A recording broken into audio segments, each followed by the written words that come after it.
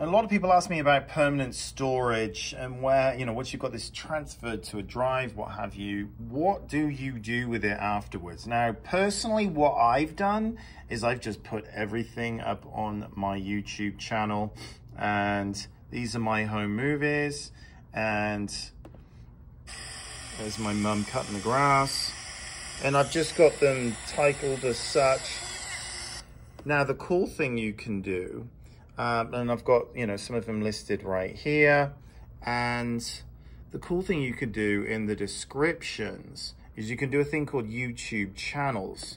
And let's have a look here. So as I expand, here I have all of the time codes of when certain things are happening. So if you've got notes on your film reels or what have you, you can like, you know, Christmas Day, and then boom, give it a second and it'll just start to go to Christmas Day.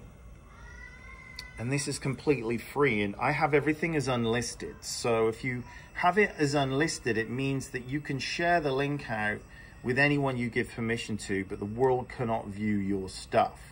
Now, uploading to YouTube, I mean, it's so easy from the drive, upload video, and you sign in through Gmail or whatever account, or just set one up. It's completely free. You just select the files, and then you'll go to the drive and videotapes, let's say, you know, and these are my tapes, and you'll just leave it alone and it'll start to upload.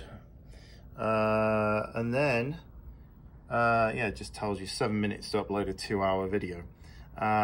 And then you can put the time code. So when you watch it again, I mean, I personally just watch on my phone and then type in, you know, scrub on my phone and then just go to the desktop version and just type in, but you'll just go 0:00, intro, just like you got on this video you're watching right now. You can scroll along on the bottom and then it will pop up with the different subject matters. And also you can text these links out to anyone, you know, family members, and they can watch them, and yeah, it just all works.